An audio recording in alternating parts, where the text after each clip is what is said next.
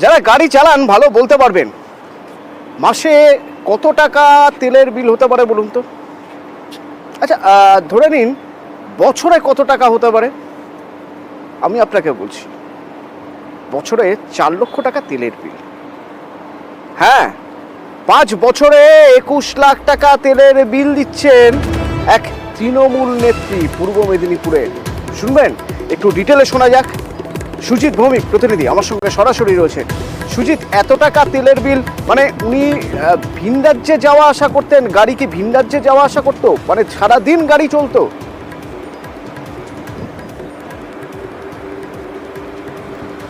দেখো অতনু, প্রথমে তৃণমূল নেত্রীর পরিচয় দিয়ে দিই। চণ্ডীপুরের ডাকাবুকো নেত্রী, দাবর নেত্রী তৃণমূলের। তিনি এখন বর্তমানে রয়েছেন পূর্ব মেদিনীপুর জেলা পরিষদের শিক্ষা কর্মাধ্যক্ষ। কিন্তু অভিযোগ যে সালটা তুমি বললে 18 থেকে 23, তিনি কিন্তু চণ্ডীপুর পঞ্চায়েত সমিতির সভাপতি ছিলেন। এই সভাপতি থাকাকালীন তিনি তেল নিয়েছেন তার গাড়িতে, গাড়ির জন্য এমন হিসেব, যে হিসেব কানঘুষো হচ্ছিল তা দেখে সুপ্রভাত পাত্র নামে এক তৃণমূলেরই কর্মী ছিলেন, তিনি আরটিআই করেন এবং করে যা জানতে পারেন, যা দেখতে পেলেন, তার ফলে চক্ষু একেবারে চড়ক গাছ। তার শুধু নয়, সবার। কারণ এই যে পরিমাণ, তুমি যেটা বলছিলে যে ভিন রাজ্যে কি তিনি যান, যেতেই পারেন, কিন্তু তাই বলে কি সভাপতির বলা যায় গাড়ি নিয়ে যেতে হবে তাকে? এবং জনগণের পয়সায় তেল যে গাড়িতে ঢোকানো হয়, যে দেওয়া হয়, সেই গাড়ি নিয়ে তিনি যাবেন ভিন রাজ্যে? যদিও তিনি সাফাই দিচ্ছেন চাপে পড়ে যে তার হিসেবে ভুল আছে বলে, কিন্তু হিসেব তো দিয়েছে পঞ্চায়েত সমিতি এবং জয়েন্ট বিডিও এবং ব্লক প্রশাসন। সেই হিসেব যখন সামনে এলো তখন সবাই কিন্তু অবাক হয়েছেন। কারণ নেত্রী, তৃণমূল নেত্রী, মুখ্যমন্ত্রী বারবার গাড়ির এই তেল খরচের ব্যাপার বা কস্ট কন্ট্রোলের কথা বলেন, এবং সেখানে তার যে বলা কথা মান্যতা পাচ্ছে না কোথাও কোথাও। চণ্ডীপুর তার উদাহরণ। এই অপর্ণা ভট্টাচার্য কিন্তু এই 1 দশক বা 1.5 দশক নয়, দীর্ঘদিন ধরেই কিন্তু জনপ্রতিনিধি, পঞ্চায়েত সমিতিতে থেকেছেন সভাপতি, এখন জেলা পরিষদে, আগেও জেলা পরিষদে ছিলেন এবং বলা যায় দলের পদেও আছেন। এবং সেই অপর্ণা ভট্টাচার্যর আরও একটা পরিচয় তোমাকে অতনু দিতেই হবে। এই চণ্ডীপুরের যিনি সদ্য প্রাক্তন, 21-এ প্রাক্তন হয়েছেন, যিনি বিধায়ক, একাধিকবার বিধায়ক হয়েছেন চণ্ডীপুর থেকে, সেই অমিয় ভট্টাচার্য, কাবলু ভট্টাচার্যের তিনি কিন্তু সহধর্মিনী। হেন পরিচয় নিয়ে যারা রাজনীতিতে আছেন তাদের এইরকম শোনা জরুরি। সুজিত, সঙ্গে থাকো। অপর্ণা ভট্টাচার্য কি সাফাই দিচ্ছেন শোনা যাক। এই তথ্যটা অতিরিক্ত ভুল, এর মধ্যে প্রচণ্ড অসঙ্গতি রয়েছে। যিনি দিয়েছেন জয়েন্ট ভিডিও, এই তথ্যটা আমি ভুল দিয়েছি। যেন আপনি তো জানুন, যা হয়েছে সেটা করুন। অসুস্থ বলে উনি চলে গেছেন, এসে উনি রিপোর্টটা আবার প্লেস করবেন। অন্যরা যা অন্যান্য সভাপতি জানিয়েছেন তার থেকে আমি আরও অনেক কম, আমি একদম অ্যাকুরেট জায়গায় থাকি। আমার এটা চরিত্রের কথা বলতে পারেন, যেটা আমার চরিত্র। ফলে এই জায়গাটায় এই অভিযোগটাকে আমি মেনে নিতে পারছি না। একদম সম্পূর্ণ ভুল, মিথ্যে বলে ওনাকে দেওয়া হয়েছে, উনি করেছেন বলে আমি ওনাকে মিথ্যে বলবো কেন? ব্যাপারটা ভুল হয়েছে, আমাদের প্রশাসনিক লেভেলে এটা ভুল হয়েছে। সুজিত, এমন হতে পারে যে সত্যি গাড়ি সারাদিন ধরে চলেছে, তাতেই খরচা হয়েছে। আবার এমন হতে পারে যে ওই তেলের টাকাটা তছরূপ করা হয়েছে। যাই হোক না কেন, সেটা দলেরই একজন কর্মী আরটিআই করে জেনেছেন এবং দল সেটার বিরুদ্ধে ব্যবস্থা নেবে। তো দল ব্যবস্থা তখনই নিতে পারবে যদি জেলা তৃণমূল নেতৃত্ব এ বিষয়ে নিয়ে এ বিষয়ে নজর দেয় বা এ বিষয়ে নিয়ে তারা ঊর্ধ্ব স্তরে, উপরের স্তরে কথা বলে। সেরকম কোনো ইঙ্গিত পাচ্ছ এখনো পর্যন্ত? দেখো, জেলা স্তরে যে সাংগঠনিক যে অবস্থা, সেখানে কিনা পূর্ব মেদিনীপুরে তৃণমূলের জেলা নেতৃত্ব এ ব্যাপারে পদক্ষেপ গ্রহণ করবে তেমনটা আশা দেখছে না এলাকার মানুষ বা পার্টির নিচুতলার কর্মীরা। তারা অপেক্ষা করে আছেন রাজ্য তৃণমূলের নেতৃত্বের দিকে। কারণ এই জেলার জন্য রাজ্য তৃণমূল নেতৃত্ব যথেষ্টই গুরুত্ব দিয়ে সব বিষয় দেখেন এবং সেখানে রাজ্য তৃণমূল নেতৃত্বের কাছে, যেটা সূত্রের খবর, ইতিমধ্যেই দলের এক নিচুতলার কর্মী বা একাধিক কর্মী হতেও পারে, আমার জানা যে এক কর্মী কিন্তু জানিয়েছেন এবং রাজ্য নেতৃত্ব বিষয়টি বিচার বিবেচনা করার কথা তাকে জানিয়েছেন। এবং শুধু তাই নয়, যদি দোষ প্রমাণিত হয় অতনু, তাহলে পদক্ষেপ নেওয়া হবে এমনটাও জানাচ্ছে। কেন ইতিমধ্যেই তুমি জানো যে বারবার আমরা খবরে আনি যে তৃণমূল নেত্রী মমতা বন্দ্যোপাধ্যায় এসবকে বরদাস্ত করতে চান না এবং স্পষ্টত তিনি বলেন এবং তার যে বলা কথা মান্যতা পাচ্ছে না এবং সেখানে কিনা প্রশাসনের দেয়া আরটিআই এর উত্তরকে তিনি বলছেন সাফাই দিয়ে অপর্ণা ভট্টাচার্য যে ভুল আছে, কিন্তু ভুল না ঠিক সে তো পরের কথা, কিন্তু আরটিআই এর উত্তরে তো সেক্ষেত্রে সুজিত আমার মনে হয় যে অপর্ণা ভট্টাচার্যকে জাস্টিফাই করতে হবে এই টাকা কোথায় গেল এবং দেখা যাক দল তার বিরুদ্ধে কোনো পদক্ষেপ করে কিনা বা এই অভিযোগ উঠেছে সেই অভিযোগের প্রেক্ষিতে কোনো রকম তদন্ত করে কিনা। তো যিনি আরটিআই করেছিলেন তার কি বক্তব্য, কি অভিযোগ তার শুনুন। 2020 সালের মার্চ মাস থেকে 2021 সালের মার্চ মাস পর্যন্ত গোটা ভারতবর্ষ লকডাউন থাকা সত্ত্বেও 4 বছরের মেয়াদে এত টাকার তেল একটা পঞ্চায়েত সমিতির সভাপতি যদি পুড়ে, তাহলে গোটা ভারতবর্ষে যত সরকারি আধিকারিক আছে, রাষ্ট্রপতি, প্রধানমন্ত্রী, মুখ্যমন্ত্রী, এদের গাড়িতে কত তেল পুড়তিছে? আদৌ তেলটা পোড়া হলো নাকি তেল পোড়ার নামে টাকাটা আত্মসাৎ করা হলো? প্রশাসনের কাছে তদন্ত দাবি করেছে। যদি তদন্ত হয় ভালো, যদি না হয় বিষয়টা আদালতে যাবে। পলাশীপাড়া বাস স্ট্যান্ড, এই বাস স্ট্যান্ড এই মুহূর্তে অনাথ বলা চলে, কারণ এই বাস স্ট্যান্ড কার তা নিয়ে একটা জট তৈরি হয়েছে। এই বাস স্ট্যান্ডের মালিকানা কার, অর্থাৎ যে জমিতে এই বাস স্ট্যান্ড তৈরি হয়েছে সে জমির মালিককে, তা নিয়ে শুরু হয়েছে জটিলতা। আর সেজন্য অভিযোগ উঠছে যে রাতারাতি নাকি সরকারি বাস স্ট্যান্ড বিক্রি করে দেওয়া হয়েছে। আর সেটাকে বিক্রি করেছেন না জমির মালিক। এও সম্ভব কিভাবে? সমীর রুদ্র প্রতিনিধি আমার সঙ্গে রয়েছেন। সমীর, দেখো 1979 সালের 1 জুলাই পলাশীপাড়ায় জলবিদ্যুতের ওপরে ব্রিজ নির্মাণ হয়। সেই ব্রিজের উদ্বোধন করেন মন্ত্রী যতীন চক্রবর্তী। এই ব্রিজ নির্মাণের জন্য বেশ কিছু জমি অধিগ্রহণ করা হয়। ব্রিজের থেকে খানিকটা দূরে পলাশীপাড়া বাজার এলাকায় সেই অধিগ্রহণ করা জমিতে কিন্তু বাস স্ট্যান্ড নির্মাণ করা হয় এবং সেই বাস স্ট্যান্ডের উদ্বোধন করেন মন্ত্রী সুশান্ত ঘোষ। এরপর থেকে কিন্তু সেই বাস স্ট্যান্ড ব্যবহৃত হয়ে আসছে, সরকারি টাকা দিয়ে সেই বাস স্ট্যান্ডের উন্নতি হয়েছে। কিন্তু মাস দুয়েক আগে ওই বাস স্ট্যান্ডের সামনে PWD জায়গায় যে দোকানগুলো রয়েছে সেই দোকানদাররা নোটিশ পান যে কৃষ্ণনগরের এক বাসিন্দা সেই জায়গা কিনে নিয়েছেন এবং তাদেরকে উচ্ছেদের নোটিশ দেন। এই বিষয়টা তদন্ত করে জানা যায় যে বাস স্ট্যান্ডটি যে যখন অধিগ্রহণ করা হয়, অধিগ্রহণ করা হলেও সেই জমি কিন্তু সরকারের নামে নথিভুক্ত করা হয়নি, পূর্বতন মালিকদের নামে সেই জমি রয়ে গিয়েছিল। ফলে সেই জমির মালিকরা বর্তমানে এই মহিলাকে সেই জমি বিক্রি করে এবং কাগজে রেকর্ড হয় এবং রেকর্ডের বলে কিন্তু তিনি হাইকোর্টে মামলা করেন এবং জমি থেকে উচ্ছেদের মামলা করেন এবং নোটিশও দেওয়া হয়। ফলে এই বর্তমানে কিন্তু বাস স্ট্যান্ডটি ওই মহিলার নামেই রেকর্ডভুক্ত হয়ে আছে। ফলে বাস স্ট্যান্ডের ভবিষ্যৎ কি হবে? তাহলে প্রতিদিন প্রায় 70টি বাস ওই বাস স্ট্যান্ডের উপর দিয়ে চলাচল করে, সমস্ত বাস সেখানে গিয়ে দাঁড়ায়, যাত্রীরাও সেখান দিয়ে ওঠানামা করে, সরকারি টাকায় সেই বাস স্ট্যান্ডের ডেভেলপমেন্ট হয়েছে। এই অবস্থা হলে কি বাস স্ট্যান্ড অনাথ হয়ে পড়বে? এই বাস স্ট্যান্ডের আসল মালিক কে, সরকার নাকি ওই ব্যক্তি? যদি এই ব্যক্তি হয় সেক্ষেত্রে তার বাস স্ট্যান্ডের ভবিষ্যৎটা কি হবে এবং কি করে এই বাস স্ট্যান্ডের মালিকানা পেল?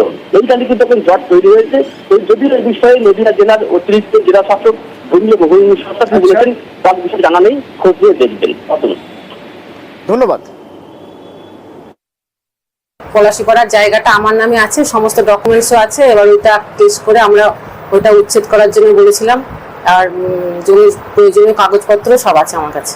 ওটা কবে কিনেছিলেন আপনারা? গত বছর নভেম্বর মাসে। সরকারি বাস স্ট্যান্ডের মালিকানা নিয়ে টালবাহানা, তা নিয়ে বলা যেতে পারে যে একরকম জট পড়ে রয়েছে, কারণ মালিককে সেটাই এখনো পর্যন্ত বোঝা যাচ্ছে না। জমির মালিক নাকি সরকারি বাস স্ট্যান্ড বিক্রি করে দিয়েছেন অভিযোগ উঠছে এবং নাকি ছোট ব্যবসায়ীদের উচ্ছেদের নোটিশ দিচ্ছেন জমির ক্রেতা, নতুন যিনি ক্রেতা হয়েছেন। তো সবচেয়ে বেশি সমস্যায় পড়েছেন তারা যারা নিত্য যাওয়া আসা করেন। এখনো বাস দাঁড়িয়ে আছে, বাস দাঁড়ানোর মধ্যে সুব্যবস্থাও করা আছে। হ্যাঁ, তাই আবার এখানে বসার যাত্রীদের সুব্যবস্থাও করা আছে, পাকা রাস্তা আছে।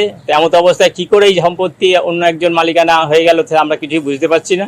এই জমিটা কোনোভাবেই বিক্রি করা কারোর পক্ষে সম্ভব নয়, কারণ এটা অধিগৃহীত জমি।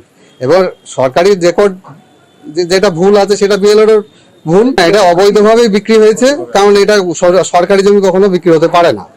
এবং আমার মনে হয় এর সঙ্গে অনেক যোগসাজশ আছে, এটার তদন্ত হওয়া দরকার। আমি তদন্তের আবেদন জানাচ্ছি। না, এখানে তো বাস স্ট্যান্ড নেই, এখানে রাস্তার ওপরেই সব পার্কিং। এতে বাস থেকে শুরু করে সব সময় দুর্ঘটনার সম্ভাবনা তৈরি হয়। বাস স্ট্যান্ডটা এখানে মানে অতি প্রয়োজনীয় আর কি। আমরা অনেকদিন থেকেই জানি এখানে একটা বাস স্ট্যান্ড হওয়ার কথা, কিন্তু হঠাৎই এইটা শুনছি যে এটা কোনো ব্যক্তির জায়গা। এই বিষয়টা আমরাও বুঝতে পারছি না। এই বিষয়ে প্রশাসন কি পদক্ষেপ নেয় সেটা আমরা দেখব। ঘাটালের খবরের নজর রাখা যাক। ঘাটালের একটি খবর আপনাদের দিই।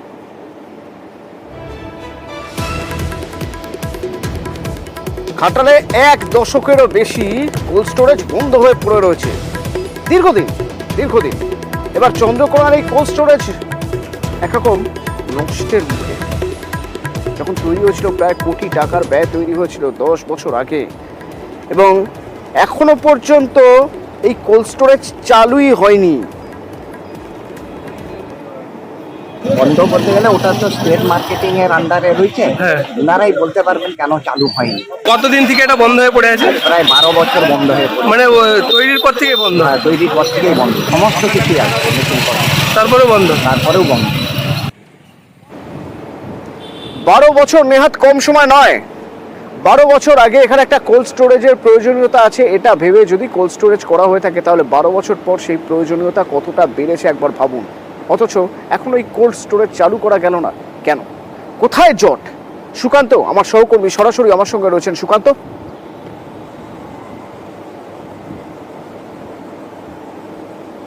দেখো অতনুদা, রেগুলেটেড কর্মী মার্কেটের যে কর্মী তিনি বলছেন যে রাজ্যের অনুমোদন আসেনি, কিন্তু আমরা জেলার সাথেও যোগাযোগ করেছি, পুরো পরিষ্কার স্পষ্ট করে জানা যাচ্ছে না যে কি কারণে এই সবজি যে হিমঘর সেই হিমঘর চালু হলো না। এক কথায় চন্দ্রকোনা গড়বেতার বিস্তীর্ণ এলাকার কৃষকদের সুবিধার কথায় ভেবে এই কিন্তু হিমঘরটি চালু করা হয়েছিল 2012 সালে প্রায় 1 কোটি টাকা খরচ করে, কিন্তু সেটা চালুই হলো না। তা এক কথায় হিমঘরটি এখন নষ্ট হয়ে যাচ্ছে এবং ঝোপ জঙ্গলে পরিণত হয়েছে, মেশিন নাকি খারাপ হয়ে গিয়েছে বলে দাবি। এই পরিস্থিতিতে এখন ঘাটালের মহকুমা শাসক কিন্তু স্পষ্টভাবে জানিয়ে দিয়েছেন যে দ্রুত এই হিমঘর চালু করতে হবে, আর এই হিমঘর চালু করলে এলাকার কৃষক থেকে ব্যবসায়ী তারা কিন্তু উপকৃত হবেন। অতনুদা, সুকান্ত, একটা বিষয় একটু জানতে চাইবো। প্রশাসনিক তরফে, সরকারি তরফে সব ব্যবস্থা নেওয়া হয়েছে, ব্যবসায়ীরা তারাও চান হিমঘর হয়ে যাক, কিন্তু হিমঘর হচ্ছে না কেন? এর পিছনে যদি হিমঘর না হয়ে থাকে তাহলে এর পিছনে লাভ কাদের?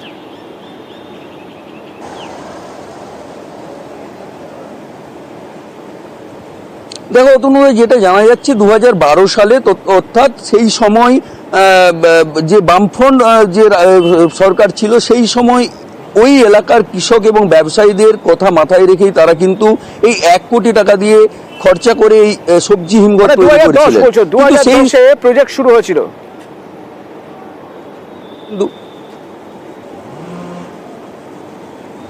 হ্যাঁ অতনুদা, 2010 শুরু হয়েছিল, কিন্তু 2012-র মধ্যে কমপ্লিট হয়ে গিয়েছিল, অর্থাৎ 12 বছর কেটে গিয়েছে, এখনো কিন্তু সেই সবজি হিমঘর চালু হয়নি। আর সেই নিয়েই এলাকার কৃষক এবং ব্যবসায়ী তারা কিন্তু দাবি তুলছেন যে দ্রুত এই হিমঘর চালু করা হোক এবং তাতে তাদের সুবিধা হবে। অতনুদা, স্টোর নেই, স্টোর প্রায় 15 বছর ধরে বন্ধ আছে। স্টোর থাকলে তো আমরা মনে হয় ওইটা রিস্টোর করতে পারতাম, সবজিতে কিছু মনে হয় আমাদের থাকতো। আরে পচে যাওয়ার কারণে ফেলে দিতে হচ্ছে আমাদেরকে, পুনরায় লস হচ্ছে আমাদের। স্টোর চালুর জন্য কেউ কিছু উদ্যোগ নেয়নি, উদ্যোগ নিলে আগামী দিন মনে হয় ভালো হবে, আমাদের কিছু স্টোর করে রাখতে পারবো। সরকারের কোটি কোটি টাকা যাচ্ছে, সবাই চুপ। এটা একটা গভর্নমেন্টের স্টোরেজ আছে এখানে, কোল্ড স্টোরেজ যদি চালানো যায় সেটা, তাহলে সবজির দাম যখন কম থাকে তখন চাষিরা এখানে রাখতে পারবে, যখন দাম বাড়বে সেটা বেশি দামে একটু বিক্রি করতে পারবে। তো সেই জন্য বললাম বিডিও সাহেব যদি উদ্যোগ নেয় এটা ভালো একটা কাজ হতে পারে। কৃষির স্বার্থে, কৃষকের স্বার্থে এই সরকার চিরকালই স্বৈরাচারীর ভূমিকা পালন করেছে। তারই প্রমাণ চেন কুলিং সিস্টেমকে বন্ধ করে ফেলে রাখা। যে কৃষক তার অতিরিক্ত ফসল বিক্রি করতে না পারলে কম দামে বাধ্য হয়ে বিক্রি করে বাড়ি ফিরে না যেয়ে সেই ফসলকে ওই কুলিং সিস্টেমের মধ্যে রেখে 2 দিন বা 5 দিন পরে বিক্রি করার সম্ভাবনা বা সুযোগের জায়গা পেত, সেটা এই সরকার মেরে ফেলেছে। স্বভাবতই তৃণমূল সরকার তো কৃষি আর কৃষকের পক্ষে না, যা হওয়া তাই হচ্ছে। আমাদের এরিয়া কৃষি প্রধান এরিয়া, তো এখানে সবার আগে কৃষকদের কথা ভাবনা চিন্তা করা উচিত, কিন্তু এই সরকার দেখুন কোনো ভাবনা চিন্তার বালাই নাই। কৃষকরা এই ব্যাপারে অনেকবারই আন্দোলন করেছে, বলেছে, তারপরেও কোনো বিন্দুমাত্র এদের কোনো হেলদোল নেই। স্বাভাবিকভাবে এদের কাছ থেকে এই এই এই জিনিস আশা করা কখনোই সম্ভব নয়। এরা যেখানে কাটমানি পাবে সেদিকেই এদের নজর, যেখানে টাকা রোজগার করতে পারবে সেদিকেই এদের নজর। সেই সব কাজ এরা ভালো করতে জানে, এই মানুষের কথা এরা হচ্ছে ভালো না। সরকারি জমি দখল করে বেআইনি নির্মাণের অভিযোগ তৃণমূল নেতার বিরুদ্ধে। খবর হাড়োয়ার।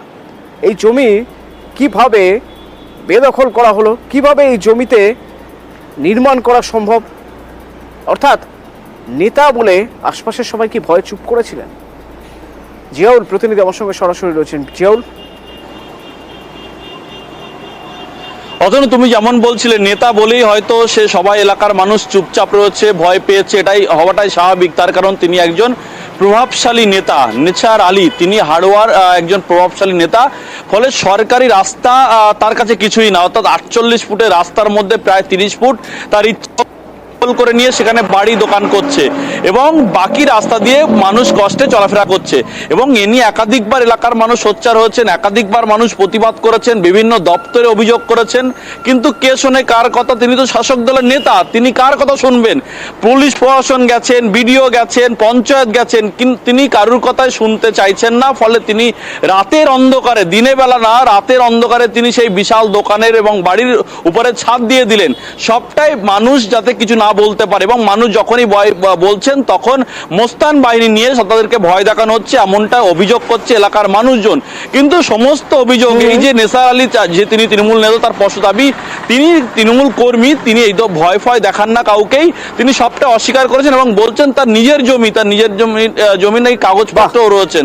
ফলে পঞ্চায়েত, পোস্ট বা বিভিন্ন জায়গায় একাধিক জায়গায় বসাবসির পরেও তাকে কেউ কিছু বলছেন না, এমনটা অভিযোগ করছে। কিন্তু এলাকার মানুষের দাবি শুধুমাত্র প্রভাবশালী বলেই ভয় পাচ্ছে এলাকার মানুষ থেকে শুরু করে সরকারি জমি, খাস জমিও নিজের বলে চালিয়ে দিতে পারেন। দেখা যাক দল ব্যবস্থা নেয় কিনা, প্রশাসন ব্যবস্থা নেয় কিনা। ধন্যবাদ জিয়াউল। এই রাস্তাটা ছিল 48 ফুট, এখন বর্তমানে রাস্তা এসে দাঁড়িয়েছে 10 ফুটের মতো, আর বাদ বাকি 38 ফুট জোর দখল করে ঘর বাড়িগুলো করেছে। আমরা প্রতিবাদ করতে গিয়েছিলাম, কিন্তু বাইরে থেকে সন্ত্রাসী দুষ্কৃতী ভাড়া করে নিয়ে এসে জোরপূর্বক ঘরটা তৈরি করেছে। এখান থেকে ধরুন গাড়ি যায়, মাছের গাড়ি যায়, অনেক যেতে আসতে অসুবিধে খুব। এই গাড়ি রাস্তাটা আস্তে আস্তে ক্লোজ হয়ে যাচ্ছে। আমরা চাইছি যে এক্ষুনি ওর পিডব্লিউডি জায়গাটা ছেড়ে দিক। না, আমার কোনো দখল নেই, দখল করিনি। না, ওসব মিথ্যা অভিযোগ। থানায় এসেছিল, আমরা থানায় কাগজপত্র নিয়ে গিয়েছি, নিয়ে গিয়ে দেখিয়েছি, দিকে তারপর ছাদ দিনে মানেই ছাদ হয়েছে।